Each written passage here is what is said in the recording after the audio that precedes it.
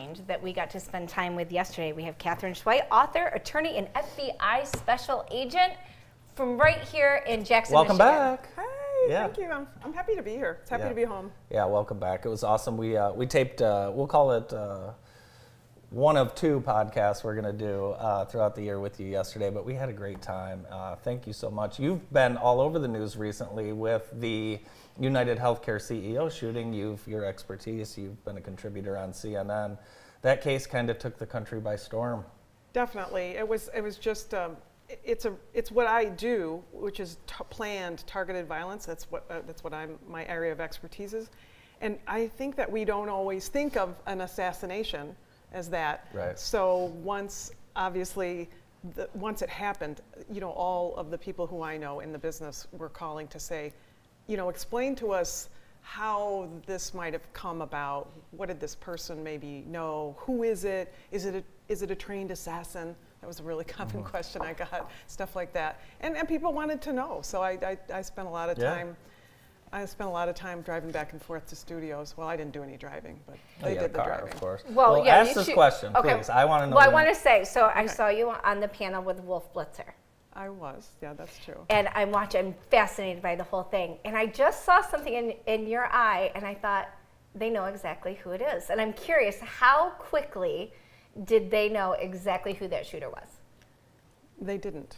Serious? Really? Serious. I think that this is something that a lot of people could surmise that maybe we had some idea. I mean, I don't mean we, I'm not in law enforcement anymore, I'm retired now, but I work with them obviously here and there. And no, that's why you put out information about somebody, because you are looking for that person and you don't have any way to find them. And I remember an anchor asking me, right as it was breaking, as they arrested and released the name of this person, and I remember this anchor saying, well, so that's not really possible that they didn't have any, and when did they really know? And the answer is, when they really knew is when the police officers went into the McDonald's and he provided ID, and then he provided his second ID, which was his real ID. And that's the first time we knew who it was. Yeah. Oh, wow. Because that's what happens. That's why, because there are 850,000 law enforcement officers in the United States, federal, state, local, tribal law enforcement, plus other emergency people, and there are 300 plus million people in the United States. Law enforcement can't find people, and you were looking for a needle in a needle stack, as the former director. It was used to impressive say. how quickly he was caught. Let me ask you about: is this crime something that you and the agencies worry about being a copycat style crime? I think so, because it's a crime of passion. A lot of times, targeted violence is intended. It could be, we think of, I say targeted versus like criminal activity where gangs are fighting or something. But targeted violence is often somebody who's angry, and they get to that kind of breaking point, right? You know what you think of as a breaking point. They're kind of brittle, and they don't think the world is doing them right. Or they could be doing it, part of that world isn't doing it right, is they end up committing a hate crime, for instance. They decide that they only like white people, and so they're going to go kill black people. They don't like Jewish people, so they're going to go kill Jewish people, stuff like that. So those specific targeted violence, those people plan for it, and that's what we saw here. And so do we think more who might feel the same way might turn around and do the same thing because they're angry at the healthcare companies? Yeah.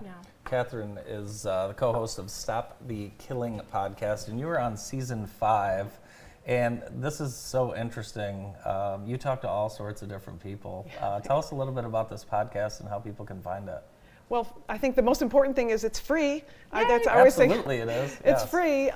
So any place where you can find your podcasts you like to follow, Apple Podcasts, and every place where your favorite podcasts are posted, Stop the Killing is there. And we're in our 5th season.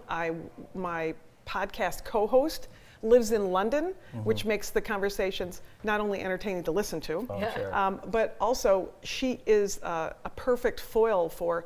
She kind of haunted me to do this podcast. She's like, people do not understand, and we in the UK think you all are crazy. And what is it? And the very first podcast is about Sandy Hook and some other things that have to do with that. And she said, the very first podcast, she's like, what is it with the guns? Why can't you just get rid of all the guns? You know, so and she has 3 kids. You know, she's putting through school. They were teenagers when we started, and now she's got one going off to college. That's amazing. Yeah. So it's a really great podcast to understand, because it's not about, let me tell you the story of this shooting and this person and he's terrible. It's a podcast. We don't name any shooters. It's a podcast about, hey, how can we empower you to prevent the next shooting? Yeah. Okay. And no politics involved on that podcast either. I don't do by politics. The way, so check that No. out. You've written 2 books, and you have a 3rd that is in the works right now. We are going to be giving away a couple of these signed books by Katherine. All you have to do is subscribe to the Monday Mornings podcast and Stop the Killing podcast, and we'll find you, and we'll send you these books. These books are also available at the Jackson District Library, and you had a speaking engagement there last year. I did. Chris Demmel's always asking me to come back too, so I'll come back, and I promise I will. And the books I did donate a bunch of books to the library system, so that I don't want anybody to not have the opportunity to learn how they can prevent a shooting, or how to talk to their kids. There's a whole chapter. There's a whole chapter in the Red Book, as we call it, the Red Book. There's a whole chapter in the Red Book, big, huge chapter about how to deal with how help your kids. I'm actually going to write a separate parent book, because I just think that needs to be done. I would love for you to do that. You know, we had so many interesting things yesterday. One of the things for me yesterday during the podcast taping was random Good Samaritan with a gun is never to rarely the solution. No, I think that and just to be clear, it's not a gun, no gun issue. Everybody always asks me, is it a gun, no gun? I'm like, no, it's not a no gun issue. It's just that what I deal with is fact and statistics and what we know from the numbers. And in 25 years, there's been a handful of situations where a private citizen has been involved in a shooting. Most often what happens is they might fire their gun. They never shoot a bad guy and kill him or injure him. Sometimes they shoot and a person runs away. I would say that's happened in less times than I can count on one hand. Okay. But in 25 years, there have been dozens of instances where unarmed civilians, dozens and dozens of instances where unarmed civilians safely and successfully stopped shootings. And that's one of the reasons I wrote the books, because I want people to appreciate what their powers are and what they aren't. Don't think that's the do-all be-all. It's like when someone says, oh, we just need to get rid of all the guns. We know that's not the answer, because we've all researched that. In the same way, just having everybody carry a gun, we know statistically that's not the answer. Yeah. So you raised 2 incredible daughters. I did. As an FBI agent. I did. And I don't want to give away a lot on the podcast, but you mentioned some suggestions that you have for parents. You've successfully raised these girls. Any tidbits you want to leave us as parents on things you want to make sure we drill home to our girls? Yeah, absolutely. And I will say that my sister Christine Waugh Fleischman lives in Charlotte, and she and I are working on a children's book. Oh, cool. So that'll be good for the youngest kids too, so that we can communicate in a good way about safety factors. But for kids, it's really about age. Okay. And if you're dealing with anybody who's raised kids knows this. If you're dealing with a sixth grader, they're invincible, and they want to know they want to know how to get into your gun safe, because they're just going to get the bad guy. They don't know.